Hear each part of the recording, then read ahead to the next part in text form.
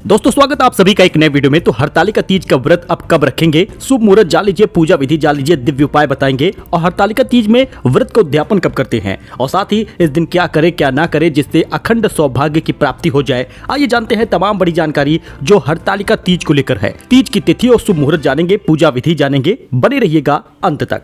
यह त्योहार भगवान शिव माता पार्वती को समर्पित है। तो सुहागन महिलाएं पति की लंबी आयु के लिए निर्जला उपवास रखती हैं। निर्जला उपवास का मतलब है कि आप इस दिन न अन्न खाएंगे और न जल का ग्रहण करेंगे। तो कुंवारी कन्याएं भी इस व्रत को रखती हैं मनचाहा और योग्य पति प्राप्त करने के लिए। तो हालांकि इस व्रत का एक बार संकल्प लेने के बाद इसे आजीवन रखना पड़ता है। तो आइए जानते हैं हरतालिका तीज का व्रत कब रखा जाएगा और इसमें पूजा विधि, शुभ मुहूर्त क्या है, उद्यापन कब करेंगे और क्या करें और क्या न करें। भाद्रपद महीने के शुक्ल पक्ष की तृतीया तिथि 5 सितंबर को ही लग जा रही है। 12:21 पर प्रारंभ हो जाएगा और इसका समापन 6 तारीख को होगा दोपहर 3:21 पर। इस वजह से लोग उदया तिथि के अनुसार 6 तारीख को ये व्रत रखेंगे। वैसे तो हरतालिका पूजन किसी भी वक्त किया जा सकता है, लेकिन प्रातः काल और प्रदोष काल में करना सबसे ज्यादा पुण्यकारी और विशेष कल्याणकारी होता है। इस समय महिलाओं को विधिवत श्रृंगार का पूजा, उपासना, प्रार्थना करनी चाहिए। इस दिन भगवान शिव माता पार्वती की पूजा को शुभ मुहूर्त सुबह 6:02 से लेकर 8:33 तक रहेगा। तो व्रत की विधि जानिए। बहुत सारे लोग पहली बार व्रत रखते हैं तो उनको जानकारी नहीं होती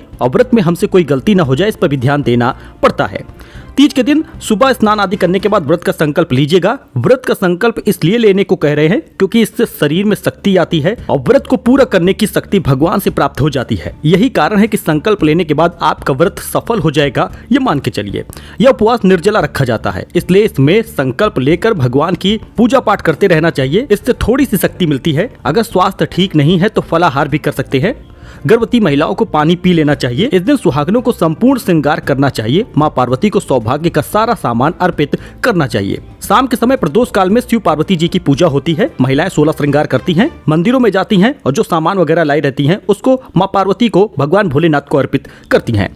फल, फूल, मिठाई, धूप, कपूर अर्पित करिए। विवाहित स्त्रियां अपनी सास को सौभाग्य की वस्तु देकर उनसे आशीर्वाद ले। भगवान शिव मां पार्वती की संयुक्त पूजा करने के बाद ही इस व्रत का पारण करना चाहिए। इस दिन रात में जागरण करना चाहिए। भगवान शिव के मंत्रों का जाप करना उत्तम होता है। मनोकामना के लिए आप ये उपाय जरूर करिएगा। तीज के दिन सुहागर स्त्रियां, बालिकाएं पूर्ण श्रृंगार करके ही पूजा करें। इस बात पर ध्यान दीजिएगा। भगवान शिव को पीले वस्त्र और पीले फूल ही अर्पित करिएगा। माता पार्वती को साड़ी और श्रृंगार के सामान अर्पित करिए। महिलाएं माता पार्वती को विशेषकर बिछिया जरूर अर्पित करें, इस पर ध्यान दीजिएगा। माता पार्वती भगवान शिव से मनोकामना पूर्ण करने की प्रार्थना जरूर करिएगा। लेकिन हरतालिका तीज पर अखंड सौभाग्य की प्राप्ति के लिए क्या करना चाहिए क्या नहीं, इसे फटाफट जान लीजिए। देखिए, स्नान और पवित्रता का पालन करना होगा। ब्रह्मचर्य का पालन 5 तारीख से ही करना होगा, जिससे 5 और 6 तारीख आपका बढ़िया बीते और स्नान जरूर कर लीजिएगा। देखिए, दोनों टाइम स्नान करना होगा, एक सुबह और एक शाम के समय। पूजा की तैयारी जरूर कर लीजिएगा। मिट्टी से बने शिवलिंग का, माँ पार्वती का, भगवान गणेश की मूर्तियों का निर्माण करिएगा या बाजारों से खरीदिएगा। इस समय बाजार गुलजार हैं इन सब सामानों से। और साथ ही 16 श्रृंगार करिएगा। मैंने कई बार आपको बताया कि 16 श्रृंगार जरूरी है। पूजा में पूरी श्रद्धा और भक्ति रखिएगा। ये नहीं कि बार बार आप पूजा करते हैं तो उठ जाते हैं, कोई सामान कम पड़ गया है तो उसको लेने के लिए, ऐसा ना करिए। एक बार सारे सामान इकट्ठा करिए, उसके बाद ही पूजा करने बैठिएगा। पूजा के दौरान शिवलिंग का अभिषेक दूध, दही, शहद, घी और शक्कर से करिएगा। कथा को जरूर सुनिएगा। इस चैनल पर भी आपको कथा के बारे में बता दिया जाएगा। हरतालिका तीज की पूजा में हरतालिका तीज व्रत की कथा का श्रवण जरूर करना चाहिए। लेकिन ये काम आप बिल्कुल मत करिएगा। व्रत के दौरान जल का सेवन नहीं करना। कितनी भी प्यास लगे अगले दिन ही करना है। या आज के समय में लोग पूजा करने के बाद शाम के समय पूजा कर लेते हैं, उसके बाद भी जल पीते हैं। हालांकि ये 24 घंटे से ना होकर 32 घंटे का ये व्रत होता है, क्योंकि अगर आप 6 तारीख को व्रत है तो 7 तारीख के सूर्योदय में पानी पीना होता है। ये आप मान के चलिए। नकारात्मक विचारों से दूर रहिएगा। किसी की बुराई वगैरह मत करिएगा।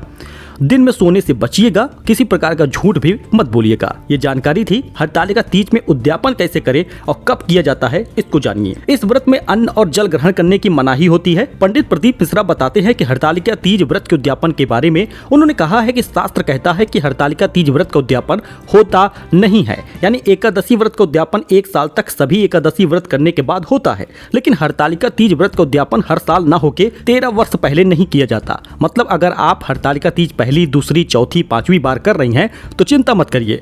13 बार हरतालिका तीज होने के बाद आप उद्यापन करेंगी। इसके बारे में अलग से जानकारी भी दे दी जाएगी, जिसके बारे में आपको विशेषकर लाभ प्राप्त हो जाए, आपकी मनोकामना पूरी हो जाए, आपको सौभाग्य प्राप्त हो जाए। बस यही हमारी कामना है। हरतालिका तीज व्रत आपका सफल हो। निराजल व्रत रखना है, निराहार व्रत रखना है तो आपको भगवान शक्ति दे। ओम नमः शिवाय का जाप करिएगा। कमेंट में भी ओम नमः शिवाय लिख सकते हैं। फिलहाल के लिए इतना ही। धन्यवाद।